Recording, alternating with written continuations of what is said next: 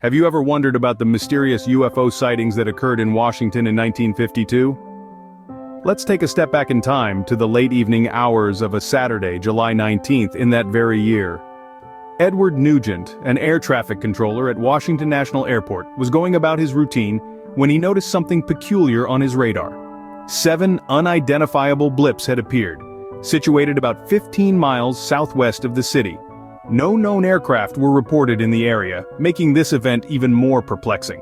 These objects were not merely floating aimlessly, they presented an irregular flight path, unlike any conventional aircraft Nugent was familiar with. Their movements were radical, unpredictable, and utterly baffling. This was not a singular, isolated sighting either. More objects began to appear on all sectors of Nugent's radar scope, some even passing over the White House and the United States Capitol. As these mysterious blips danced across his radar screen, Nugent quickly contacted Andrews Air Force Base to report the anomaly. Little did he know, this was just the tip of the iceberg. What Edward Nugent saw that night was just the beginning of an unexplained series of events. As the objects continued to appear on radar, their movements became even more baffling. The radar screens at Washington National Airport started to light up like a Christmas tree. These unidentified objects were not just appearing randomly, but were showing up in all sectors. They were moving in ways that defied any known aircraft maneuvers. Their speed, their abrupt stops, their sudden changes in direction, it was as if they were taunting our understanding of physics. Then came the sightings over the White House and the United States Capitol. This was no longer a distant, unverifiable event. It was happening right over the epicenter of American power. The air traffic controllers could hardly believe what their instruments were showing them.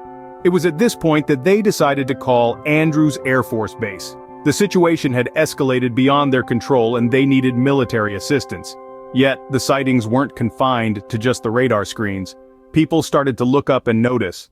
Across the city, eyes were drawn to the sky where strange, unexplainable lights danced and darted.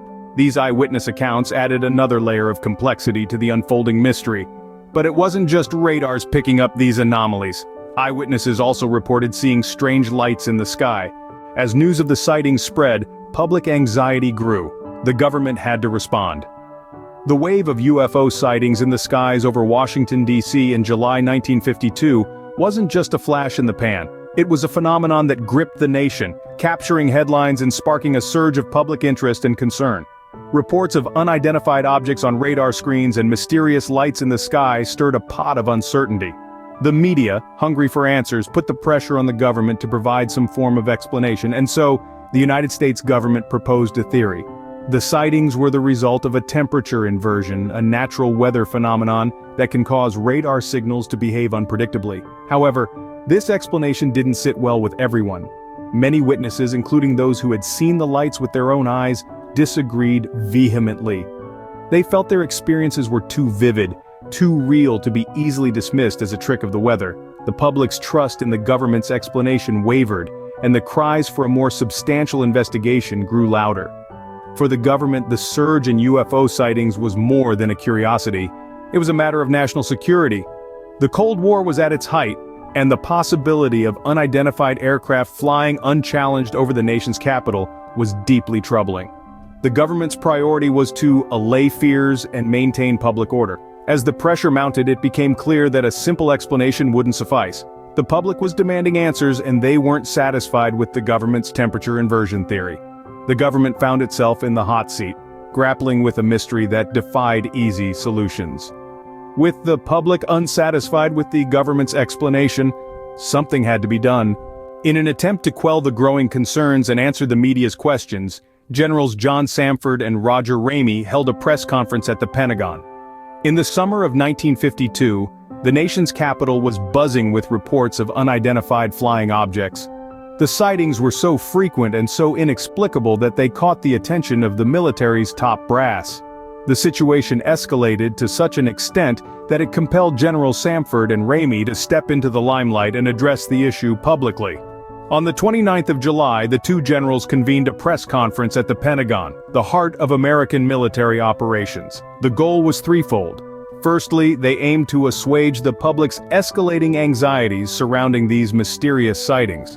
Secondly, they sought to answer the barrage of questions from an increasingly intrigued and persistent media. Lastly, they hope to stem the tide of UFO reports flooding into Project Blue Book, the U.S. Air Force's official investigation into these phenomena. The conference was a significant event. It represented the government's public acknowledgement of the UFO phenomenon, an issue that had been largely dismissed or downplayed until then.